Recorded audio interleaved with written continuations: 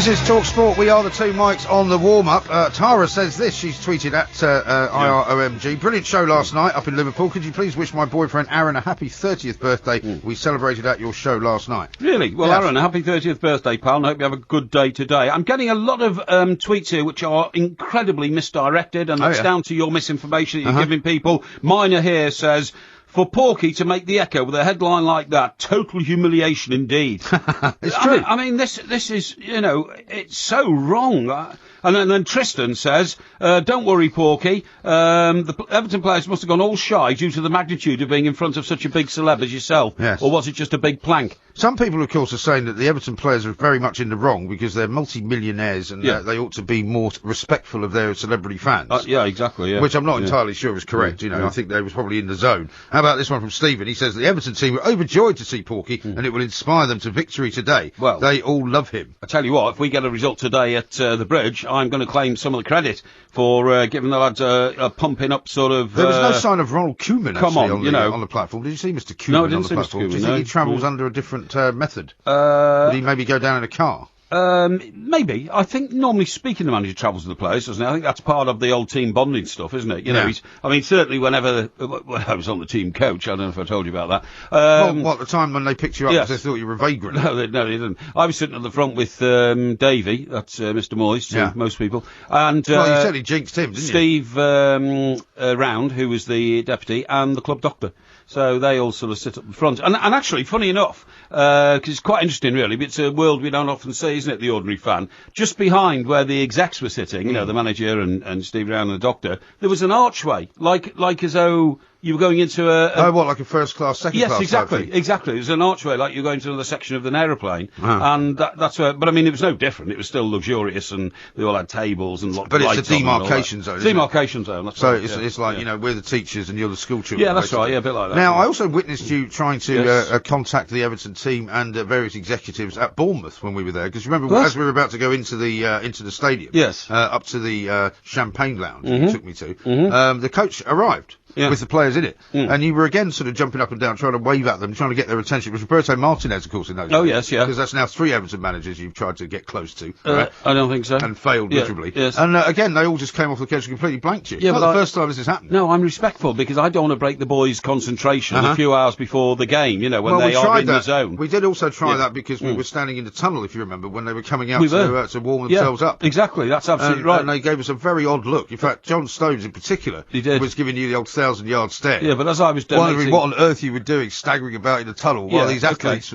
trained and honed athletes, were coming out. Yeah, sure. But as I was donating £1,000 to charity at the time, it would be the equivalent of John Stones with the mega money he earns, John Stones donating £100,000 to charity. So I think it was quite a good reason for me to be there. Yeah, exactly right. Now, would you like to hear my karaoke from last night? No. Why did you know? Well, I have to come in, every single show that we do and listen to you, about every 5 minutes bursting into song for no apparent reason. Let me just give the background to this, okay? Yeah, right. We couldn't go back into the Adelphi Hotel because the Adelphi Hotel will not allow anybody... There was 4 very large bouncers on the door. 4 large and unfriendly bouncers. Very unfriendly. On the door, at the bottom of the steps there, so or the grand entrance to a rather careworn hotel, I would say. I would say a formerly very elegant place, probably. And unbelievably, coming back from the show, we brought a few people back with us, and we like to, sit down in the lounge in our hotel afterwards and, just relax and unwind, have a couple few of people, sherbets. Particularly, one particular couple from Coventry who's been to about 10 of our shows. Exactly, and we've become quite matey with them. Yeah, and we go in, and then they recognised us as having, been there earlier, and then they said, can I see your room key, please?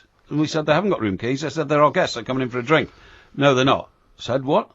No, I'm sorry, unless... No, they wouldn't let us even in past them, No, unless they're residents, they can't come in. I said, don't be ridiculous. I said, we're residents, we will, be using your lake bar, and these are our friends, and they'll be doing it with us. No, they won't, they're not coming in. I know. They wouldn't let anybody in. We actually said to them at one point, my daughter was there as well. Yes. And I think it was her that asked the question. She said, do you mean if I found a guy that I wanted to bring back to this hotel to spend the night with, that I wouldn't be allowed to bring him in? And they went, right, that's right, you can't. Yeah, exactly. Not that ever has any intention to doing that, of course. But the point is, you've got a room for one. I mean, which hotel have you ever stayed in where you're not allowed to have somebody in there with you? I don't know. Anyway, the point of this, the reason we told you that story... Fortunately, I wasn't doing anything like that. You definitely weren't, and it was wrong of me to suggest that you would. But that meant that we then had to go to the pub next door, which I think is the Crown. The pub opposite, which was actually a fantastic choice. Exactly. I got fed up. I had business to do because we're involved in other things at the moment. Aren't you? Well, I was trying to sort something out. You know that, and so I had to go in and get on the phone and email. I, on the other hand, preferred to just go and get myself. You said, well, I'll go across the road with our guests, and you went into the pub, and you tell me what happened next. Well, suddenly there was a karaoke thing going on. Now, I don't normally do karaoke. There was a time when I used to do it at Christmas parties when I worked for the Mail. But I've never seen you do karaoke. You've never seen me doing it, no, because it's not something that I do. But I've actually, as you know, when I was at the Royal Academy of Music in my younger days, I have an 18 out of 18 pitch perfect ear for claims music. To be a chorister. No, I wasn't a chorister. I was a violinist. Oh, sorry, you claimed to be an altar boy, didn't you? I was an altar boy.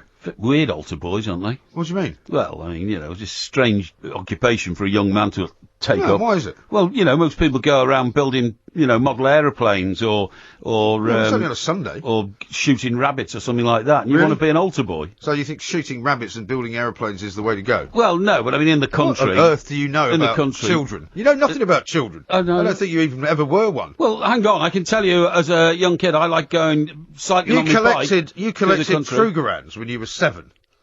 Well, I didn't collect them. I decided they were a worthwhile investment, Yeah. It was part of my investment portfolio, which I've had all my life, okay? How sad. Anyway, I think you should hear my singing voice, because it's a lot better than yours, and people were absolutely astonished at the range that I was able to produce. Let's have a listen. Yeah. Something touched me deep inside today. The music died.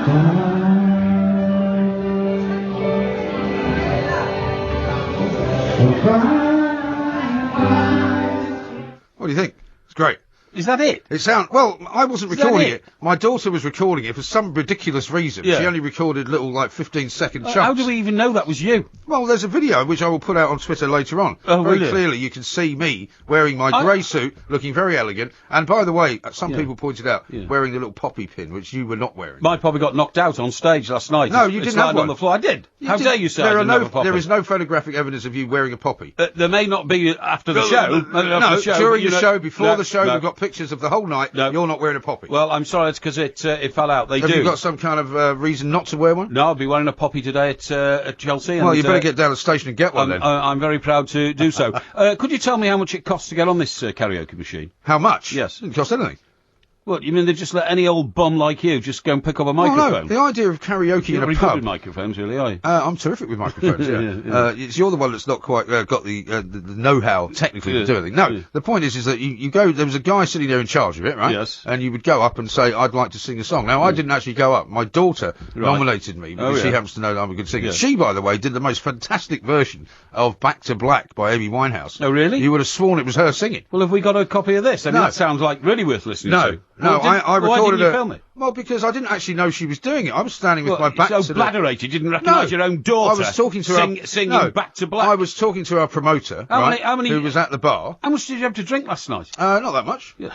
Not that much. Well, Emma was standing there singing. You're oblivious to it. If you can imagine the scene, you're in bladderation central. No, the karaoke machine was at the back of the pub, right? I was standing with my back to it because I was at the bar, and I was talking to our promoter, and I heard this voice singing, and I thought, well, they must be just playing Amy Winehouse. Yes, this is one of my favourite songs. I quite like it anyway. Yeah. Back to Black. You probably don't know it because you're not really an Amy Winehouse. Sean's a good lad, isn't he? He's a fantastic man, and he told me some great stories, by the way, most of which I can't repeat. No, however, about famous pop stars and all that kind of stuff. A bit of that, and a bit of sort of the world of showbiz in Liverpool and Manchester, and some of the things that people get up to can be quite dangerous. But anyway, so I heard this woman singing, and I thought, well, that's just a statement. And I turned around, and it was, and I couldn't believe it was her. It was brilliant. She was absolutely brilliant. Well, she's like that. She's got many talents. She has indeed. She gets most of them from me, of course. No, she doesn't. Yes, she does. She certainly doesn't get her looks from you anyway, because she's a very fine-looking lady, and you're a slob. Yeah, well, I mean, coming from you, you can't really see further than about 4 feet. Excuse me, haven't you just said that a picture we had taken in Liverpool yesterday is one of the best pictures we've ever had taken, and that I look slim. You look great, and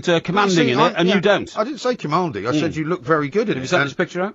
It was sent out hours ago. Okay, and what's the caption on it, so people can have a look at it, because they will want to see it? The picture was sent out with me just thanking everybody who came to the O2 last night, and what a great time we had in Liverpool. Right, okay. I mean, do try and keep up. You've been up since about 4 a.m. You haven't even looked at some of the stuff I've done on Twitter. Well, I had to get up at 4 a.m, because if I didn't, we wouldn't have got back, because this is great. Oh, this is great. You've seen the time, by the way. Hang on, yeah. No, don't hang on, we've got to do the news. All right. In dedication to Ava Gardner. Really? Where? Yeah. Well, it's interesting. Do you know Ennismore Gardens in Knightsbridge? I know it very well. I used to park in there when I went to Harrods. Right, well, there you go. She lived there for the last 18 years of her life, and she died in... It's near Cadogan Square, isn't it? That's right, yeah. Absolutely. And she died in 1990. Married to Frank Sinatra, right? Was she? I think she was, I thought she was married to somebody else. I think she was married to a few people, but I think she was married at one point to Frank Sinatra. Yeah, exactly. But anyway, she's said to have been, one of the most beautiful women of all time, and they put the gold plaque up there, and it says, Ava Gardner, 1922-1990,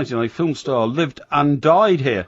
So she died in this flat, where for the last 18 years of her life, right, she spent most evenings in a luxurious apartment, sitting by the fire, eating dinner from a tray served to her by her longtime housekeeper, and enjoying the simple pleasures of watching television and reading. And she was married to Mickey Rooney, Artie Shaw, and Frank Sinatra. My God. Often described as the most beautiful woman in the world, she loved London and visited the Ballet Theatre and the Ennismore Arms, her local pub. I know that pub. On a few occasions. Lovely pub. How about that? Great place. Is she also not the woman in the Shawshank Redemption? You know, when they're sitting in the sort of watching a film. Yes. And they're all waiting for the woman to look up and throw her hair back in a very lascivious way. Yeah. I think that's Ava Gardner, isn't it? And isn't she also the woman who Howard Hughes designed a bra for? No. Was that Rita somebody? No, that was Rita Hayworth. Rita Hayworth. It certainly wasn't Ava Gardner. Right, okay. But thanks for lowering the tone. Well, it's my job, isn't it? Yeah, I know. Sid the sexist strikes again. This is talkSPORT.